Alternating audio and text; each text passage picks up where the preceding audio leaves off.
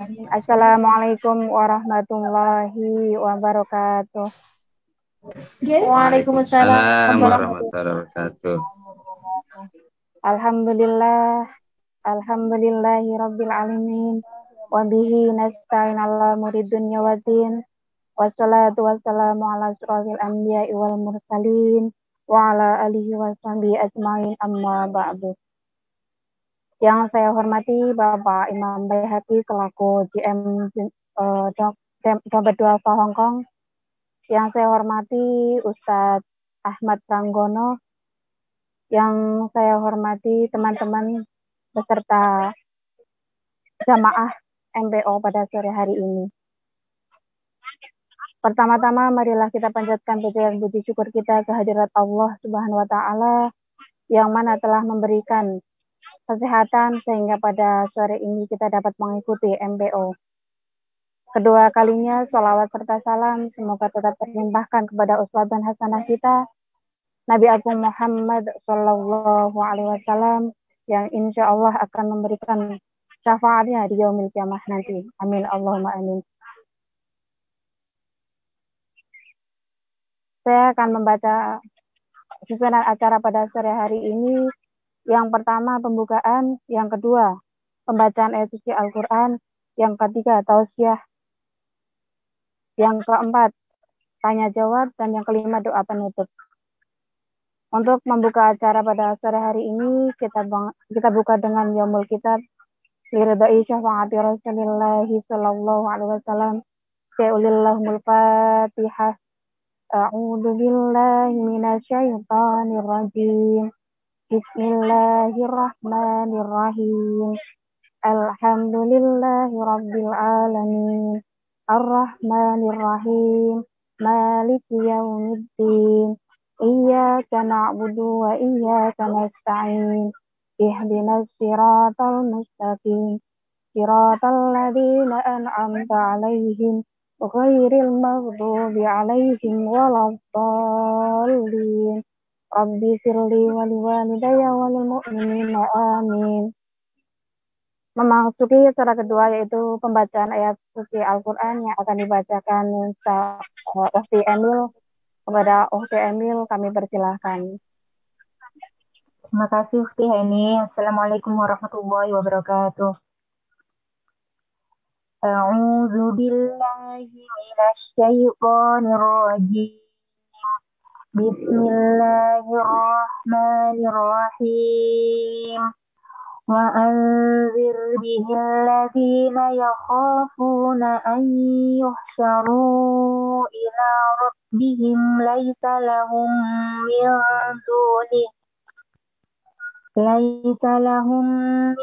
dunihi waliyyun wala syafi'un la'allahum yattaqun. ولا تطرد الذين يدعون ربهم بالغداة والعشي يريدون وجهه ما عليك من حسابهم من شيء وما من حسابك عليهم من شيء فتطردهم فتكون من الظالمين. وكذلك فتنا بعضهم ببعض ليقولوا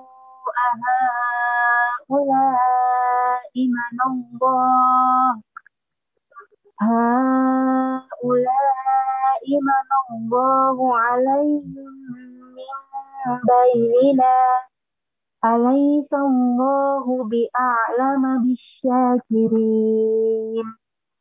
وإذا جاءك الذين يؤمنون بآياتنا فقل سلام عليكم كتب ربكم على نفس الرحمة أنه من عمل منكم سوءا بجهالة ثم تاب من ba'dihi wa aslaha fa annahu ghafurur rahim. Wa kadzalika nufasilul ayati wa litastabina sabilul mujrimin. Shadaqallahul azim. Wassalamualaikum warahmatullahi wabarakatuh. Waalaikumsalam warahmatullahi wabarakatuh. Alhamdulillah. Syukran Mbak Emil. Semoga dengan bacaan ayat Al-Quran menambahkan semangat kita untuk belajar Al-Quran. Amin Allahumma amin. Untuk acara berikutnya yaitu tausiah yang akan dibawakan oleh Ustadz Ahmad Pranggono dengan tema tetap ibadah walau haid. Kepada beliau Ustadz Ahmad Pranggono, waktu dan tempat kami persilahkan. Baik, terima kasih. Alhamdulillah. Assalamualaikum warahmatullahi wabarakatuh. Assalamualaikum warahmatullahi wabarakatuh. Alhamdulillah wassalatu wassalamu ala Rasulillah wa ala alihi wa ashabihi wa mawalah wa man tabi'ahum bi ihsan ila yaumil qiyamah. Terima kasih atas pembukaannya dan juga tadi ada ngajinya, Masya Allah. Lancar ya, luar biasa. Mari kita lanjutkan kembali bab pembahasan kita tentang wanita ya. Nah, hari ini kita akan mengambil tema yaitu tetap beribadah walaupun dalam kondisi haid. Nah, saudara-saudaraku yang dimuliakan oleh Allah Subhanahu wa taala, sebelum kita membahas tentang ibadah-ibadah, mari kita flashback dulu tentang apa itu haid ya. Nah, kalau perempuan alhamdulillah dikaruniakan oleh Allah kekhususan untuk mengalami haid. Beda dengan kami laki-laki. Laki-laki ini tidak mengalami haid. Nah, jadi saya tahunya haid dari buku-buku, dari kitab-kitab, dan juga bertanya kepada kerabat, ya, terutama istri tentunya. Nah, haid ini kan darah ya yang keluar dari dinding atau rahim perempuan apabila sudah menginjak masa balik. Jadi tandanya perempuan balik itu adalah sudah keluar haid. Dan ini menunjukkan kalau perempuan yang sudah haid berarti sudah dewasa. Nah, paling cepat 1 hari, 1 malam ya, paling lama 15 hari. Ini durasinya. Interval waktunya. Normalnya 6-7 hari. Jadi 1 pekan normalnya. Sedangkan paling cepat masa sucinya adalah 13 atau 15 hari. Paling lama ya tidak terbatas ya. Ya normalnya sih 23 sampai 24 hari. Jadi sucinya itu 23 sampai 24, baru kemudian haid sepekan, baru kemudian suci lagi dan seterusnya. Itu yang tidak hamil ya. Nah, apabila wanita hamil, maka dengan izin Allah darah haidnya itu berubah menjadi makanan bayi yang tengah berada dalam janinnya. Oleh karena itu, yang hamil tidak haid. Dan setelah melahirkan, dengan hikmahnya Allah Subhanahu wa taala, kemudian ya dia tidak haid juga karena menjadi air susu yang kemudian jadi makanan untuk anak bayinya. Karena itu sedikit sekali ya ada kaum wanita menyusui lalu kemudian haid. Ada sih, tapi jarang. Karena hikmahnya Allah berubah airnya itu menjadi air susunya, air ASI-nya. Nah, setelah selesai masa melahirkan, kemudian masa menyusui, maka darah yang ada ya tidak berubah serta tetap berada pada tempatnya, kemudian normal kembali keluar setiap bulannya. Yaitu ya kira-kira berkisar antara 6-7 hari, ya normalnya segitu. Nah, orang perempuan yang mengalami haid digolongkan ke dalam 3 kelompok. Apa sajakah kelompok itu? Yang pertama, kelompok wanita yang baru mengalami masa haid. Yang pertama. Yang kedua, wanita yang telah biasa menjalaninya. Yang ketiga, wanita yang mengalami keluarnya darah istihadah. Nah, jadi ini kita harus mampu ya membedakan mana yang haid, mana yang istihadah. Nah, sekarang bagaimana dengan wanita yang baru menjalani masa haid? Nah, ini biasanya wanita yang baru masuk usia balik ya, maka ia wajib meninggalkan sholat. Jadi justru nggak boleh sholat. Kalau sholat malah dosa. Jadi wajib meninggalkan sholat. Yang kedua, dia wajib meninggalkan puasa. Tidak boleh puasa. Yang ketiga, wajib meninggalkan hubungan badan. Tidak boleh berhubungan badan dengan suaminya. Sampai dia suci. Nah, apabila sudah selesai suci, ya, kemudian dia sudah betul-betul bersih dan mandi, maka dia berkewajiban untuk mengerjakan pekerjaan-pekerjaan atau tugas-tugas atau ibadah-ibadah yang tadinya ditinggalkan. Seperti sholat, puasa, hubungan badan dengan suaminya. Nah, lalu bagaimana kalau misalnya setelah 15 hari ternyata darah tersebut masih ngalir keluar? Biasanya nih 6 hari atau 7 hari. 8 hari masih keluar juga. 9 masih keluar juga. Sampai ke 15 hari ini gimana nih? Kalau darahnya masih keluar di luar jadwal rutinnya. Nah, maka di luar jadwal rutinnya, darah yang mengalir ini dikategorikan sebagai darah istihadah.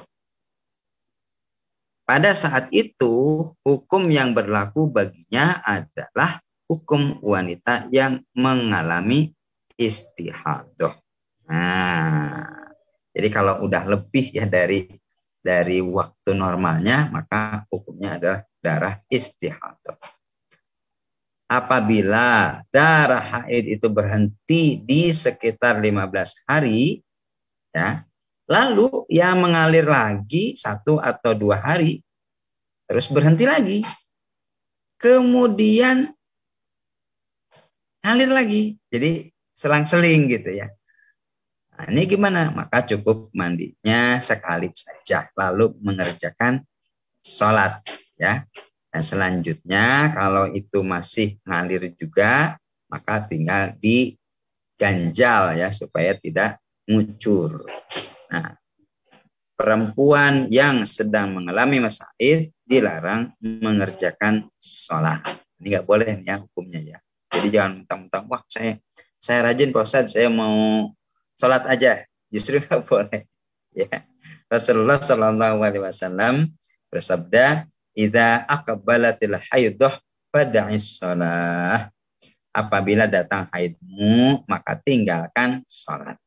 Nah, jadi ini yang perlu ditekankan kepada saudara-saudariku yang muslimah.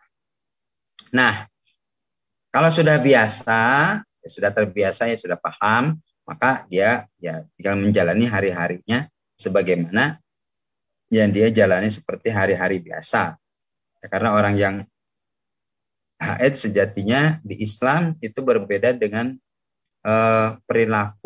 perlakuan kepada wanita muslimah yang haid di masa sebelum Islam. Jadi kalau di masa sebelum Islam, orang perempuan haid itu ditinggalkan. Bahkan kalau dia sudah bersuami, suaminya mengunci istrinya yang haid itu di rumah, di kamarnya, digembok, dikunci, nggak boleh keluar. Jadi dianggap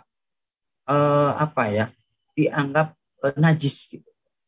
Nah, di Islam kan tidak. Setelah datang Islam, kemudian Rasulullah mengajarkan tata cara perempuan ketika dia haid. Jadi orang yang perempuannya haid Tidak boleh baca Quran, tidak boleh ngaji, tidak boleh sholat, tidak boleh puasa, dan berhubungan badan.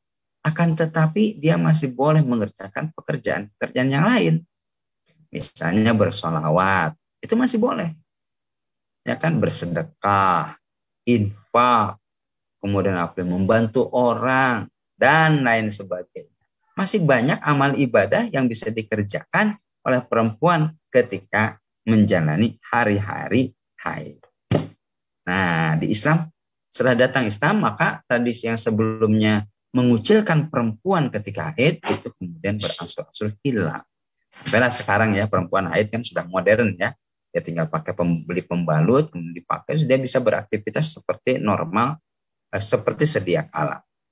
Nah, wanita yang memiliki hari-hari tertentu pada setiap bulannya, maka ketika mulai merasakan ya adanya gejala muncul haid, maka dia akan melihat kan awalnya darah berwarna kekuning-kuningan ya, lalu kemudian berwarna keruh, kemudian setelah itu baru berwarna merah. Nah, ketika itu maka dia biasanya lihat siklusnya, maka dia perlu melihat siklusnya supaya paham kapan masa haidnya tiba. Nah, ini kemudian kita melihat bagaimana Ummu Atiyah. Ummu Atiyah ini istri Rasulullah Shallallahu Alaihi Wasallam ya. Beliau mengatakan, kunna la na'uddus sufrah awil qudrah ba'da taharah. Nah, beliau mengatakan kami perempuan nih tidak memperhitungkan sama sekali darah yang berwarna kekuning-kuningan atau berwarna keruh setelah lewat masa bersuci. Nah, jadi ini dianggapnya kalau yang kuning dan keruh itu kalau lewat masa bersuci itu adalah daerah istihadah. Jadi apabila melihat warna yang kekuning-kuningan atau yang keruh itu di tengah-tengah masa suci, maka darah tersebut termasuk darah haid sehingga ya dia belum diharuskan untuk mandi dan melaksanakan sholat dan puasa. Nah, tapi ada sebagian ulama ya yang berpendapat bahwa wanita yang menjalani haid lebih dari hari yang biasa dijalaninya tiap bulan, maka hendaknya dia bersuci selama 3 hari. Ya kan? Bersuci selama 3 hari dan setelah itu laksanakan mandi serta kerjakan sholat. Nah, selama keluarnya darah tersebut tidak lebih dari 15 hari. Ya, apabila lebih dari 15 hari, maka dikategorikan sebagai wanita yang mengalami istihadah yang panjang serta tidak perlu bersuci, akan tetapi cukup dan melaksanakan mandi dan mengerjakan sholatnya saja. Ini sebagian ulama berpendapat seperti itu. Tapi ada juga pendapat lain yang berpendapat bahwa keluar darah yang melebihi kebiasaan masa haid itu tidak harus meninggalkan sholat karenanya. Nah, kenapa? Karena jika terjadi berulang-ulang, 2, misalnya 3, terus 4 kali gitu berulang-ulang, sehingga pada saat itu masa haidnya berubah menjadi masa istihadah. Ini merupakan pendapat yang lebih kuat ya. Jadi kalau melebihi siklus dari harinya, maka darah haidnya itu dikategorikan sebagai darah istihadah. Nah, jadi darah istihadah itu adalah darah yang keluar secara terus-menerus ya, melebihi kebiasaan waktu berlangsungnya siklus haid. Nah, apabila sebelum mengalami istihadah seorang wanita itu sudah menjalani haid yang rutin ya, terus dia tahu kapan siklusnya, maka lalu tiba-tiba dia dapatkan istihadah itu, maka selainnya dianggap sebagai masa suci. Nah, setelah selesai masa haid itu, dia harus mandi, mengerjakan sholat, mengganti utang puasa, dan boleh berhubungan badan. Nah, tapi kalau dia ini tidak memiliki kebiasaan pada haidnya yang tetap, dan lupa akan masa atau jumlah berlangsungnya haidnya, ini lupa ya kapan gitu ya, siklusnya berapa gitu kan. Nah, terus darahnya ngalir itu berubah-ubah, kadang hitam, kadang merah, kan ada yang kayak gitu ya. Maka darah yang keluar itu maka dia tidak perlu mandi, dia mengerjakan sholat saja, puasa dan melakukan hubungan badan.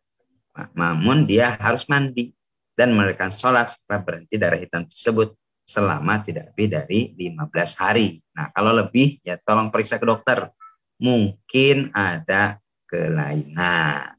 Nah, lalu gimana tata caranya? Nah, wanita yang mengalami istihadah itu harus berwudu setiap kali akan mengerjakan sholat. Lalu pakai pembalut dan kemudian mengerjakan sholat meskipun darahnya masih mengalir. Ini kalau sudah masuk darah istihadah ya. Tapi di samping itu tidak dianjurkan untuk berhubungan badan ya karena masih keluar darahnya ya, kecuali pada kondisi sangat mendesak. Nah, dalil ini dilandaskan dari qaulnya Ummu Salamah.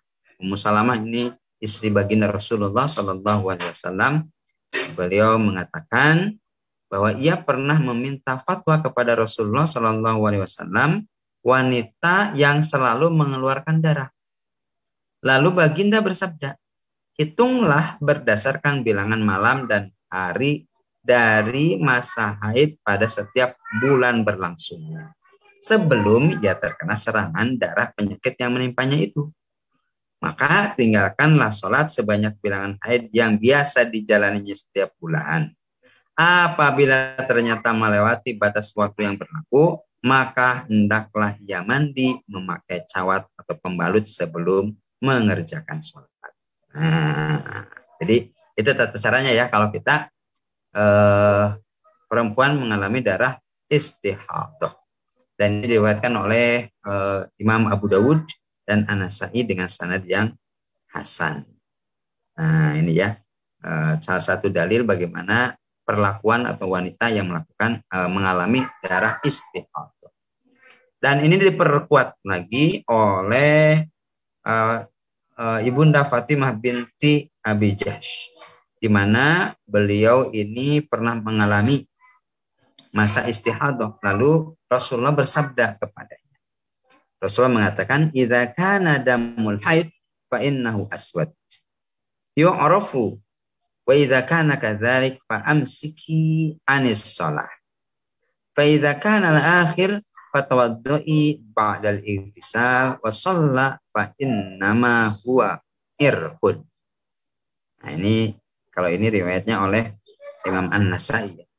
Jika darah haid maka ia berwarna hitam seperti diketahui oleh banyak wanita. Jika yang keluar itu darah seperti itu, maka tinggalkan sholat. Jika yang keluar dari darah lain warnanya, yakni darah istihadah, maka berwudulah setelah mandi dan laksanakan sholat. Karena darah tersebut adalah penyakit. Nah, jadi darah istihadah termasuk penyakit. Kak, orang-orang yang kena istihadah, ya termasuk yang stres juga ya. Saya dengar juga bisa terpengaruh terhadap keluarnya darah istihadah ya. Nah, maka oleh karena itu perlu dijaga kondisi-kondisi supaya tidak keluar stres itu ya. Nah, jadi kalau yang tadi diuraikan oleh Ibnu Hibban. Nah, jadi ini tentang tata cara bagaimana beribadah bagi wanita yang terkena istihadah. Juga ada hadis dari Hamnah binti Jahsh. Beliau menceritakan, kuntu ustahadu haidatan kathiratan syadidatan. Fa'ataitu Nabi astaftihi faqala. Kata beliau, aku pernah mengalami istihadah. Darah yang keluar itu sangat banyak dan kathiratan syadidatan, banyak banget. Kemudian aku mendatangi Nabi untuk meminta fatwa kepadanya. Maka beliau bersabda, sesungguhnya darah yang keluar itu keluar akibat hentakan dari setan. Jalanilah masa haidmu selama 6 hari atau 7 hari, kemudian mandilah. Jika kamu telah melihat bahwa dirimu telah suci dan bersih, maka sholatlah. pada 24 atau 23 hari berikutnya pada masa suci ya maksudnya. Lalu puasalah. Serta puasalah. Cara seperti itu yang boleh kamu lakukan. Di samping itu, lakukanlah sebagaimana yang dilakukan oleh wanita-wanita yang menjalani masa haid setiap bulan. Nah, kalau ini untuk wanita-wanita yang luar biasa ya, darah istihadahnya super ya, seperti yang dialami oleh para sahabiah seperti tadi. Nah, mudah-mudahan kita semuanya yang mengalami juga sudah mulai memahami ya bagaimana tata cara. Nah, lalu kemudian kita akan bahas nih, sebelum kita membahas apa saja ibadah yang dibolehkan, kita bahas dulu apa saja amalan yang dilarang bagi wanita yang sedang mengalami haid. Yang pertama adalah sholat. Dilarang mengerjakan sholat.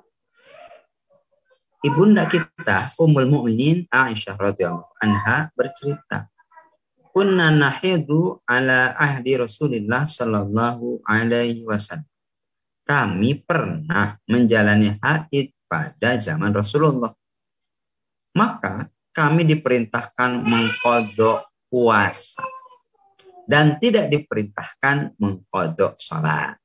Nah, jadi kalau lagi haid kemudian kita dilarang sholat, maka sholat yang ditinggalkan tidak perlu diqadha, kecuali puasa. Nah, kalau puasa, maka puasa yang ditinggalkan wajib diqadha. Ibu Munzir mengatakan, ini ulama besar ini Ibu Munzir ya. Ulama telah bersepakat untuk menghapuskan kewajiban sholat bagi wanita yang tengah mengalami masa haid. Menurut para ulama, mengqadha sholat yang ditinggalkan selama masa haid itu tidak diwajibkan. Nah, maka itu dalil yang dipakai ya, bahwa perempuan yang haid tidak diwajibkan untuk mengqadha sholat. Kalau mengqadha sholat berapa sholat ya? Ya kan? Kalau 14 hari, kalau seminggu aja tuh 7 kali 5 tuh. Ya kan, 35 sholat kali 17 rakaat, 17 kali 7 banyak banget ya kalau disuruh diqadha ya. Banyak bener kalau disuruh diqadha ini. Nah, untungnya nggak disuruh diqadha ya.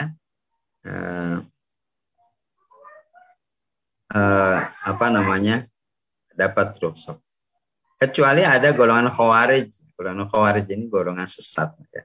Golongan sesat itu berpendapat bahwa wanita yang mengalami masa haid harus mengqadha sholatnya. Ini golongan sesat ya. Ada aja kayak gitu. Nah, di kita Ahlussunnah wal Jamaah itu tidak mewajibkan. Nah, itu puasa tadi ya. Jadi sholat. Jadi sholat tidak perlu diqadha dan tidak boleh dikerjakan ketika dia haid. Lalu apa lagi? Yang kedua adalah puasa. Nah, wanita yang puasa, wanita yang menjadi haid dan dia sedang puasa, maka puasanya batal dan tidak boleh menjalani puasa. Hal itu sebagaimana sabda Rasulullah sallallahu alaihi wasallam, "Alaisat ihdakunna idza hadat lam tusalli wa lam tasum?" Qulna bala. Rasulullah berkata, ya, bukankah salah seorang di antara mereka, yaitu wanita, apabila menjalani masa haid tidak mengerjakan sholat ya maksudnya, dan tidak juga berpuasa? Maka para sahabat menjawab, iya, benar. Jadi yang diqadha adalah puasanya, bukan sholatnya. Nah, lalu kemudian yang ketiga, membaca Al-Quran. Nah, membaca Al-Quran. Wanita yang menjalani haid diperbolehkan membaca Al-Quran, tetapi tidak boleh menyentuh mushafnya. Nah, itu ya. Jadi, tapi ada juga yang sama sekali tidak membolehkan. Nah, tinggal nanti dipilih mana mau yang dipegang. Pendapat yang membolehkan membaca Al-Quran atau pendapat yang tidak membolehkan membaca Al-Quran. tapi kedua-duanya sepakat menyentuh mushafnya, mushaf Al-Qur'annya yang kayak gini. Nah, seperti ini mushaf nih. Nah, ini mushaf ya. Nah, itu nggak boleh bagi wanita yang sedang haid. Nah, hal ini diriwayatkan dalam sebuah hadis ya yang berbunyi la taqra'ul haid walal junub minal Qur'an syai'a. Wanita yang tengah menjalani masa haid dan juga sedang dalam keadaan junub tidak boleh sama sekali membaca Al-Qur'an. Nah, ini berarti dalil orang yang mengatakan membaca Quran bagi yang haid itu tidak boleh. Membacanya tidak boleh, memegang mushafnya juga tidak boleh. Tapi ada ulama yang longgar, memegang mushafnya tidak boleh, membacanya masih boleh. Nah, ya ini tentang kekuatan hadisnya ya. Bagi yang mengatakan hadis ini kuat, maka dia tidak membolehkan sama sekali, membacanya pun nggak boleh. Tapi kalau ulama yang berpendapat hadis ini marfu ya kurang kuat, maka ulama yang ini biasanya membolehkan membaca Al-Quran, tapi menyentuh mushafnya tidak boleh. Ya. Nah, lalu kemudian ada bab juga yaitu memegang atau menyentuh mushaf. Nah, kalau menyentuh mushaf itu memang tidak boleh ya. La yamassuhu illal mutahharun. Tidak boleh menyentuhnya kecuali orang-orang yang suci. Nah, orang yang sedang haid yang tidak sedang suci karena sedang berhadas. Maka hadasnya hadas besar. Maka harus suci dulu sebelum dia menyentuh Al-Qur'an.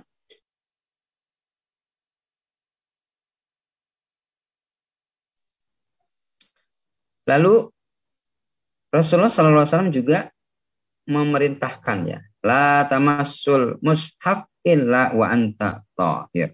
Jangan engkau memegang mushaf kecuali dirimu suci.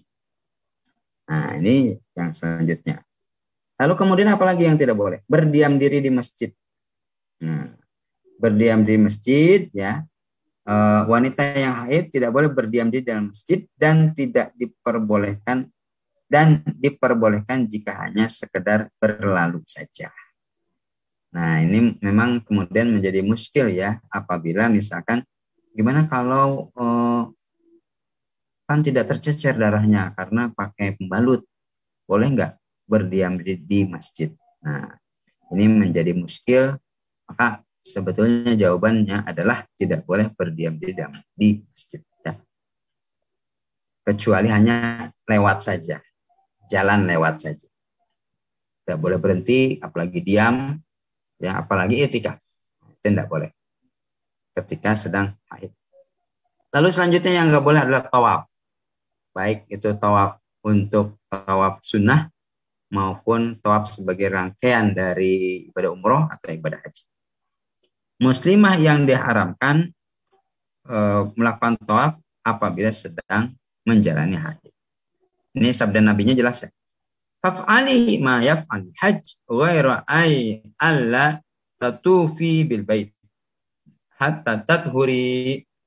Kerjakan sebagaimana orang menjalankan ibadah haji kecuali kamu tidak boleh tawaf di Ka'bah sampai betul-betul suci.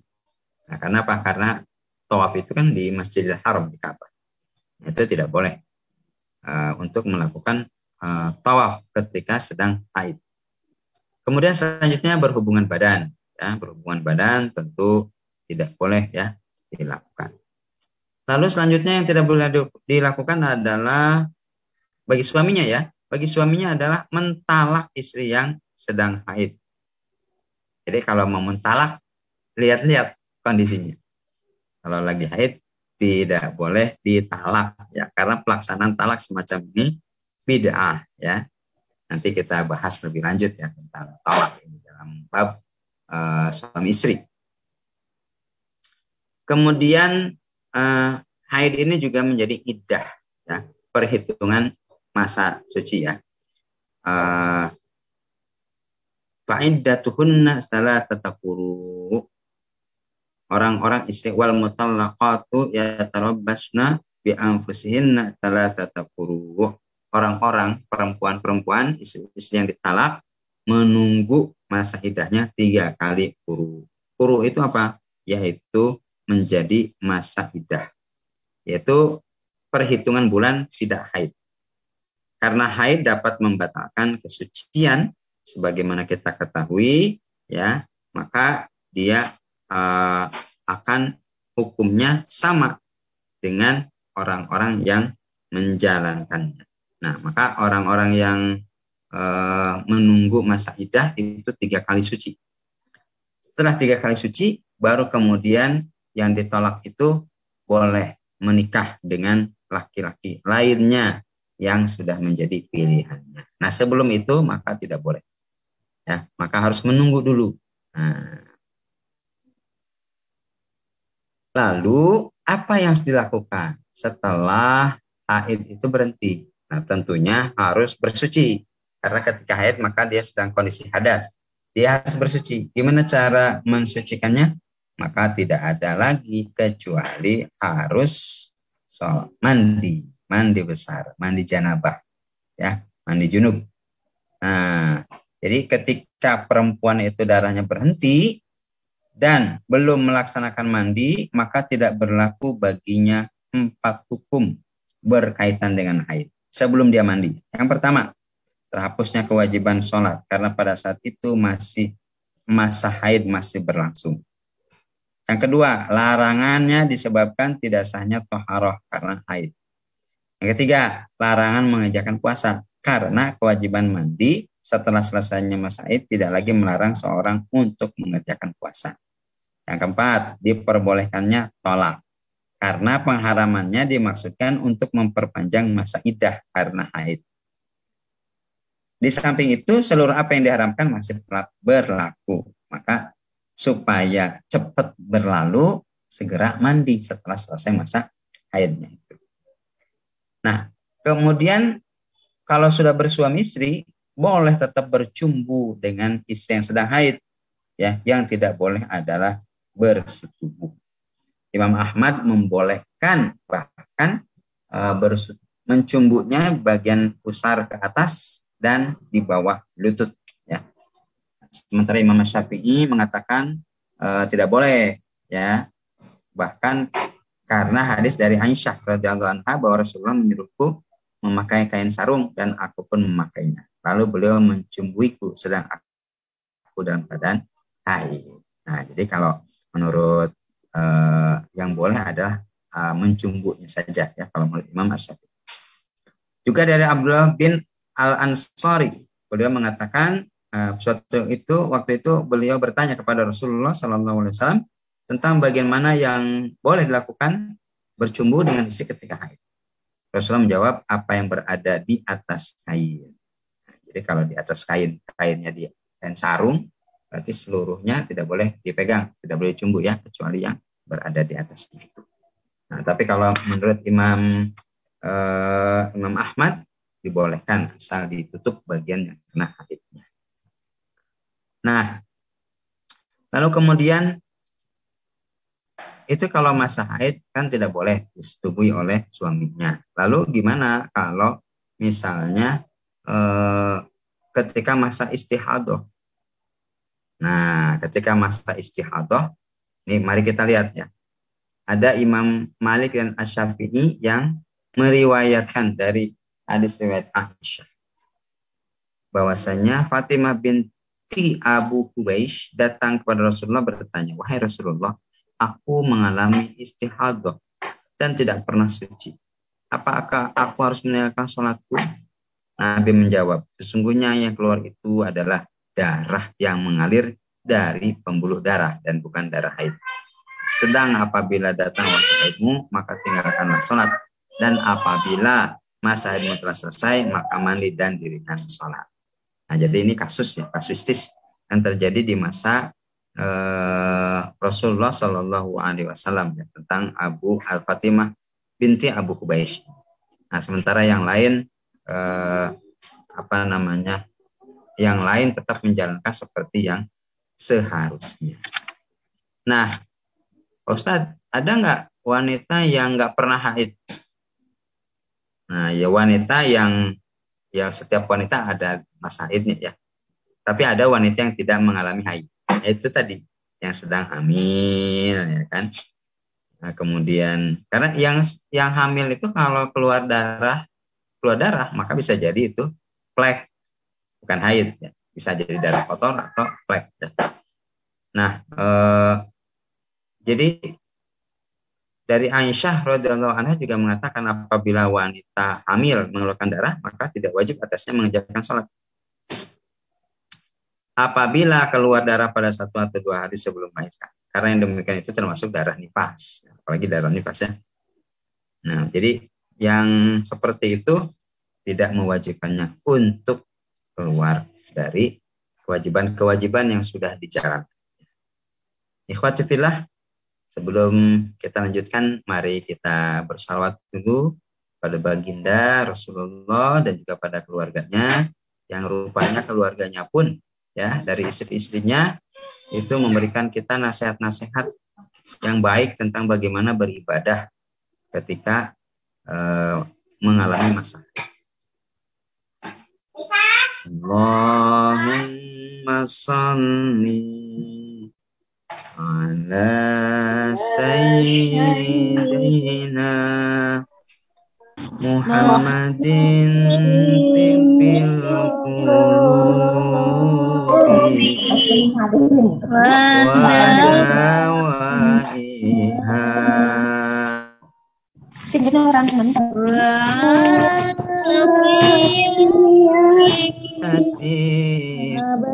abadani wa shifaiha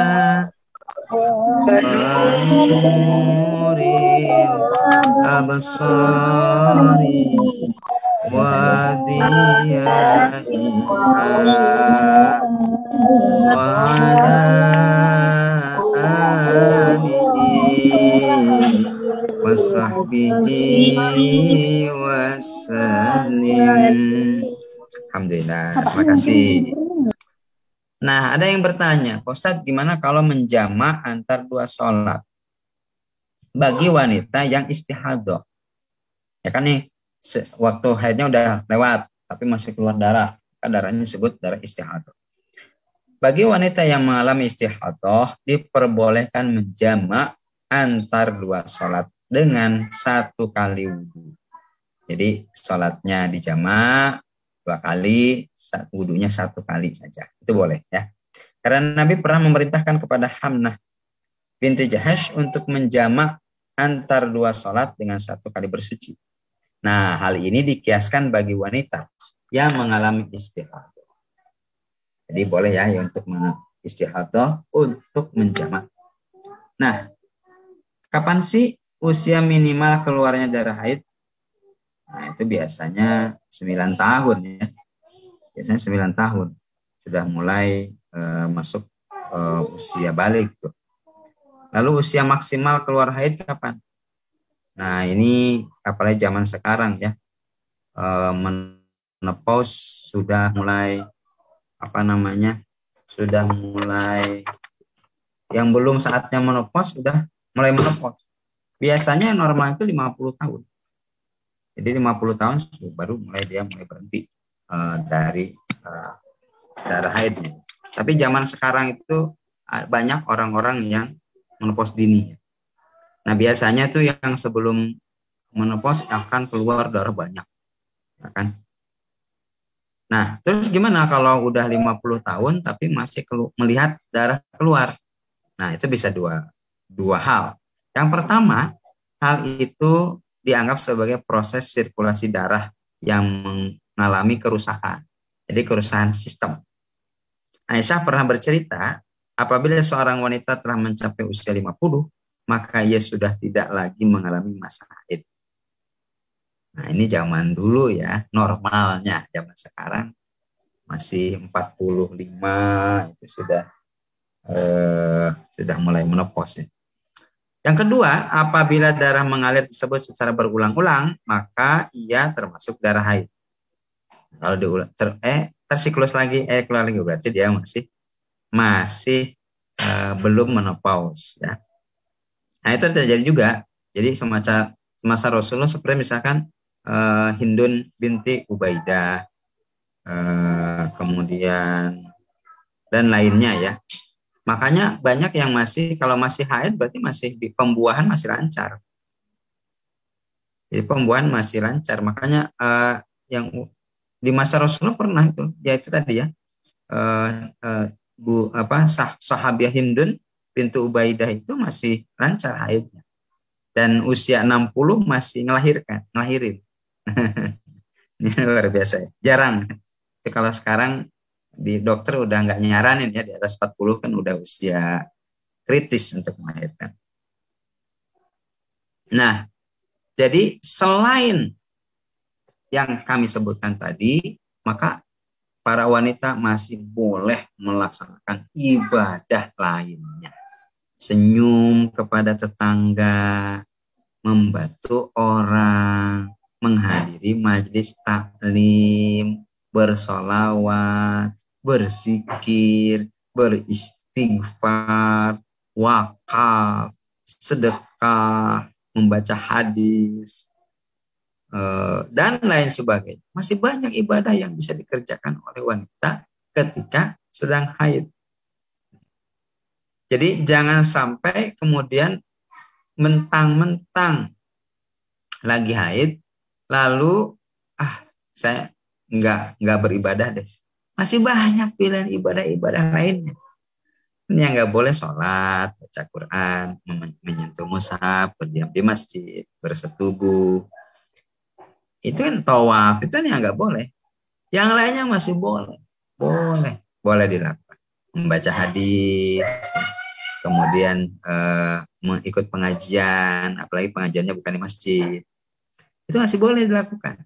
Baca sholawat, istighfar, tasbih, baca roti, itu masih boleh dilakukan. Nah, hal-hal yang boleh dilakukan jangan jadi alasan haid sebagai penghalang untuk beribadah. Jadi masih banyak pilihan-pilihan ibadah lainnya yang bisa dilakukan oleh perempuan-perempuan muslimah. Nah, mudah-mudahan tidak menjadi hambatan ya. Jadi walaupun haid tapi masih tetap bisa produktif, masih tetap bisa melaksanakan ibadah. Apalagi ibadahnya lewat Zoom ya, pengajian lewat Zoom masih bisa dan sangat-sangat bisa. Nah, ini sangat dianjurkan. Apalagi wanita-wanita zaman sekarang ya, yang terus aktif walaupun dalam kondisi haid. Dan biasanya kalau awal-awal haid aja yang biasanya yang tersiksa agak sedikit tersiksa. Tapi kalau yang sudah biasa ya lancar. Nah, yang tersiksa pun biasanya tinggal minum apa itu biasanya ya, yang ketika sakit haid itu, dan sudah banyak tuh minuman yang bisa mengurangi rasa. Nah, ini materi yang saya bawakan untuk kajian di siang hari ini.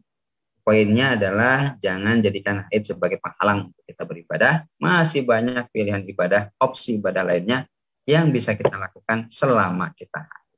Mudah-mudahan Allah memberikan pertolongan dan kemudahan untuk kita semuanya. Maka kalau ada yang mau ditanyakan, dipersilakan.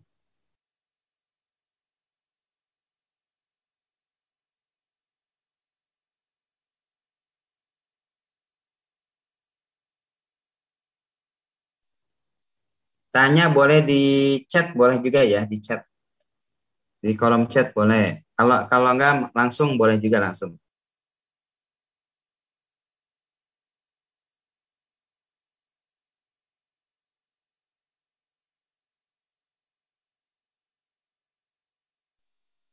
Bagi teman-teman yang mau bertanya, monggo dipersilahkan.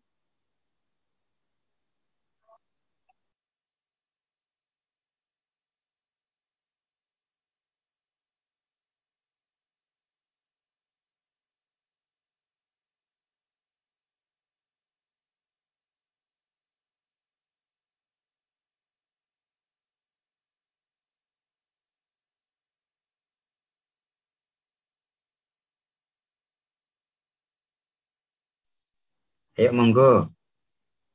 Di sini sudah ada Mbak Ayu, ada Bunda Mika, ada Mbak Dona, ada Mbak Heni, ada Mbak Sri, JRQ, Mbak Sulasri, dan Mbak Suliah. Ini JRQ itu apa tuh? Singkatannya, Mbak Sri ya. JRQ, jaringan, apa tuh? JRQ. Anu nih Bu Erni. Apa? Jaringan, apa? Apa Mbak? R-nya itu Raudatul, Q-nya itu Kolbi Ustadz. Kalau J-nya saya kok lupa ya Ustadz. Itu yang Oh, Yunlong Ustadz, Yunlong Bu Erni. oh iya Yunglong. Ya ya, Raudatul Quran. Raudatul Oh, Kolbi. jamaah ini jamaah Raudatul Qalbiyah. Ah, ya malah nanya ini alhamdulillah. Ini jamaah Raudatul Qalbiyah. Masya Allah. Jamaah Raudatul Qalbiyah. Ini bagus ini namanya ini. Assalamualaikum Ustadz. Boleh tanya Ustadz? Ji, monggo. Mbak Suliah ya, monggo. Ini tentang haid tadi, sekilas itu. Misalkan kita kan menjelang haid atau hampir selesai itu ada noda yang warnanya kuning, nggih Ustadz. Itu masih diperbolehkan sholat atau tidak, nggih Ustadz? Kan biasanya bertahap. Putih itu kan kita anggap masih boleh sholat ya. Sesudah putih, kuning, sudah kuning, coklat, barulah merah. Begitu. Nah, waktu yang kuning itu apakah kita masih diperbolehkan sholat, nggih Ustaz? Terima kasih. Ya. Nah, ini pertanyaan yang bagus ya. Kalau sudah kuning, sudah saatnya tidak boleh sholat. Jadi udah start itu. Jadi startnya sudah mulai kuning. Wah, sudah mulai kelihatan nih kuning. Nah, berarti sudah mulai tidak boleh sholat. Pun sama, nanti ketika sudah kuning di akhirnya, sudah mulai kan coklat, kuning, terus baru putih. Nah, baru kemudian mandi. Nah, baru setelah mandi, baru sholat. Jadi sama, startnya sejak kuning sampai kuning. Nah, cuman kalau sudah selesai, baru kalau sudah selesai wajib mandi dulu, ya sholat dulu ya. Jadi kalau sholat dulu belum suci itu masih dalam kondisi hadas besar. Jadi harus mandi dulu. Wallahu a'lam. Nah ini ada pertanyaan ini di kolom chat dari JRQ. Mbak Sri, Assalamualaikum Ustaz. Waalaikumsalam. Bagaimana kalau wanita yang sedang haid mengikuti kajian di dalam masjid Sukron Jamaah Raudatul Qalbiyah JRQ? Ya, menurut pendapat ulama yang jumhur, yang paling banyak ya, mengatakan berdiam diri di masjid tidak boleh bagi wanita yang haid. Nah, berdiam diri ngapain? Ya ngapain aja, mau ikut kajian kek, mau tiduran kek, mau iktikaf, mau ngobrol, Anda boleh. Jadi sebetulnya bukan yang larangannya itu berdiam diri di masjid. Tapi kalau ikut kajian misalnya di lapangan, di taman, lewat Zoom, bukan di masjid, itu boleh. Jadi perlu dibedakan kondisinya ya. Yang tidak boleh itu bukan ikut kajiannya. Yang tidak boleh adalah berdiam diri di masjid. Misalnya kalau kajian, apalagi kalau di kampung di Indonesia kan, enggak masuk ke masjid enggak boleh, tapi tetap ingin mendapatkan ilmunya. Maka biasanya speakernya dikeluarkan. Speakernya keluar sehingga wanita yang di luar masih bisa mendengar suara kajian di dalam. Nah, itu boleh seperti itu. Allahu a'lam. Terima kasih Mbak Sri atas pertanyaannya. Monggo yang lain. Assalamualaikum Ustaz. Waalaikumsalam warahmatullahi. Saya mau tanya, dijelaskan dalam kitab I'anatul Nisa bahwa paling sedikitnya haid itu 1 tetes dalam waktu 24 jam. Apakah kita harus nunggu dulu atau gimana Pak Ustaz untuk ibadah wajibnya? Bukan Ustaz. Ya. 24 jam itu kan sehari semalam ya. Itu adalah yang paling singkat. Tapi rata ya, wanita di seluruh dunia itu biasanya sepekan.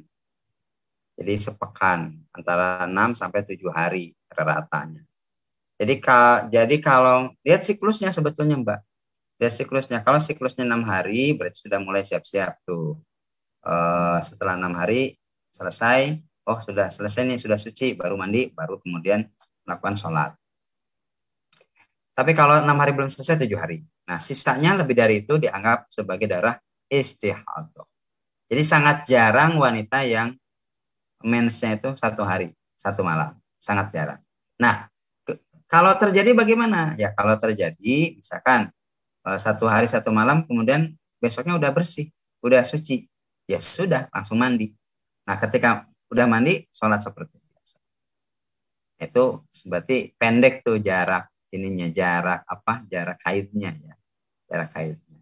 Nah, menurut kedokteran kalau biasanya haidnya 6 hari, lalu kemudian berikutnya nggak stabil ya, maksudnya berikutnya misalnya hanya 2 hari, terus siklus berikutnya hanya 4 hari, siklus berikutnya hanya 1 hari.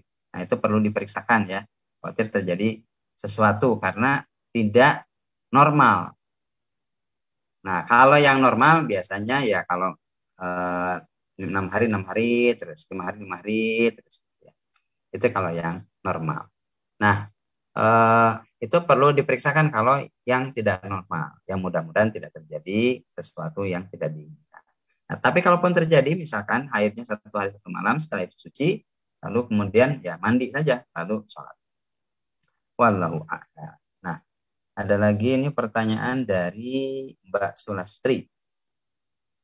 Assalamualaikum Pak Ustadz. Waalaikumsalam warahmatullahi wabarakatuh. Izin mau bertanya, apakah orang haid itu tidak diperbolehkan ikut menyiapkan peralatan orang yang sudah meninggal atau memandikan jenazah? Nah, orang haid boleh ya menyiapkan peralatan orang yang sudah meninggal atau peralatan untuk memandikan jenazah. Ya, boleh ya menyiapkan peralatan.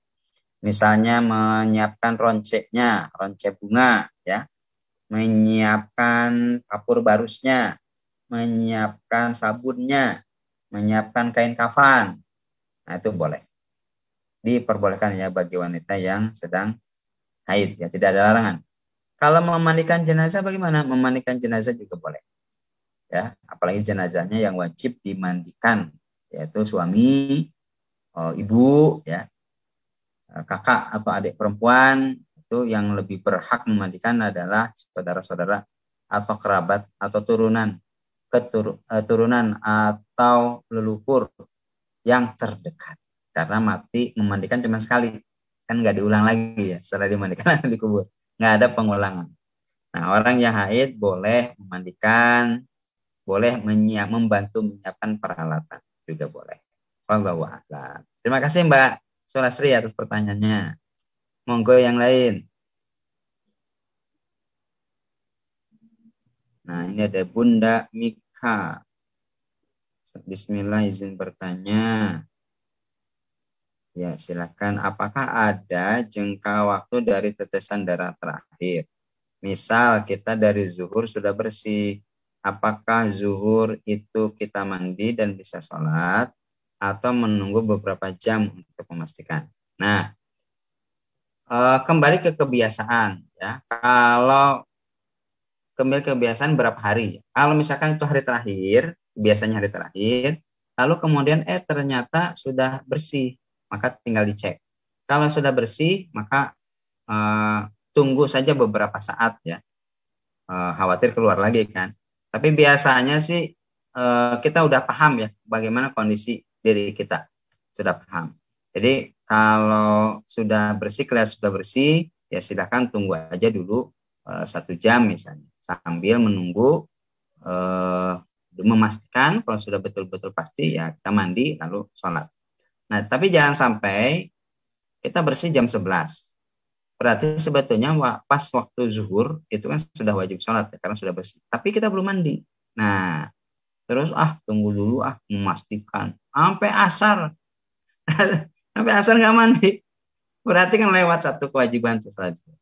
Nah, kalau satu kewajiban itu lewat dosa, ya. Jadi proporsional saja memastikannya ya, karena biasanya kita sudah paham kapan siklus-siklusnya itu. Jadi pastikan ditunggu dulu beberapa saat, ya dicek, ya pakai kapas atau pakai tisu ya, untuk memastikan bahwa haidnya sudah berhenti. Nah, mudah-mudahan dengan kita kan kita udah kangen ya, nggak sholat kan kangen. Rindu ya, udah lama nih nggak sholat kan kangen biasanya itu timbul. Nah maka ketika wah udah suci nih, ya setelah dicek dan bersih langsung buru-buru sholat untuk bisa berdialog dengan Allah melalui sholat. Wallahu a'lam. Baik, adakah lagi?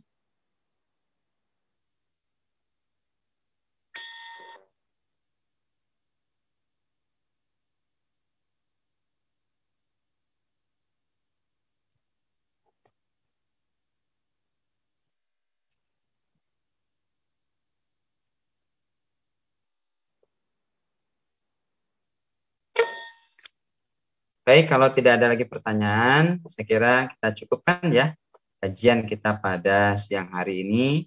Mudah-mudahan Allah memberikan kesehatan ya. Karena tandanya wanita sehat adalah wanita yang haidnya lancar. Justru kalau haidnya tidak lancar itu tanda kurang sehat. Maka ketika haid kita lancar, kita wajib bersyukur. Oh, Allah masih memberikan kesehatan kepada kita semuanya. Laki-laki nggak ada mengeluarkan darah haid. Maka laki-laki disarankan untuk berbekam untuk mengeluarkan darah kotor. Nah, perempuan ada siklus haid untuk mengeluarkan darah kotor, darah yang memang tidak diperlukan oleh tubuh. Nah, dengan darah kotor itu keluar, maka sistem peredaran darah di perempuan akan menjadi sehat. Maka bersyukurlah saat haid kita lancar. Karena berapa banyak orang yang haidnya tidak lancar. Allah muwaffiq ila aqwamit thoriq wal afu minkum. Wassalamualaikum warahmatullahi wabarakatuh. Waalaikumsalam warahmatullahi wabarakatuh. Syukran Ustaz atas tausiah dan ilmunya untuk sore hari ini. Semoga kita bisa lebih paham antara darah haid dan istihadah. Amin. Untuk acara selanjutnya yaitu doa penutup yang akan dibawakan langsung oleh Ustadz Ahmad Tanggono. Waktu dan tempat yang disediakan Ustaz.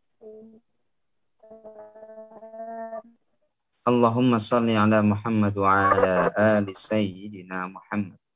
Allahumma inna nas'aluka ilman nafi'a wa rizqan tayyiba wa amalan mutaqabbala. Rabbana la tuzigh qulubana ba'da idh hadaitana wa hab lana min ladunka rahmah innaka antal wahhab. Rabbana atina fid dunya hasanah wa fil akhirati hasanah wa qina adzabannar. Wa sallallahu ala khairi khalqihi Muhammadin wa alihi wa barik wa sallim. Walhamdulillahi rabbil alamin.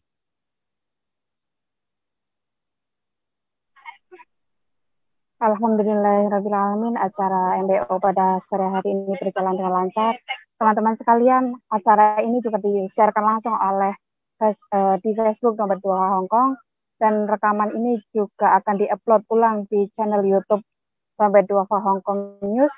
Jangan lupa untuk like Facebook Dompet Duafa Hongkong dan subscribe channel YouTube Dompet Duafa Hongkong News untuk mendapatkan kajian dan informasi-informasi bermanfaat yang diselenggarakan Dompet Duafa Hongkong. Untuk pertanyaan-pertanyaan yang mungkin masih ada, bisa ditanyakan langsung melewati nomor WhatsApp 52982419. Saya sebagai pembawa acara pada sore hari ini mohon maaf atas kesalahan. Itu pribadi kesalahan saya karena kebenaran hanya milik Allah. Taqabbalallahu minna wa minkum. Wassalamualaikum warahmatullahi wabarakatuh. Waalaikumsalam.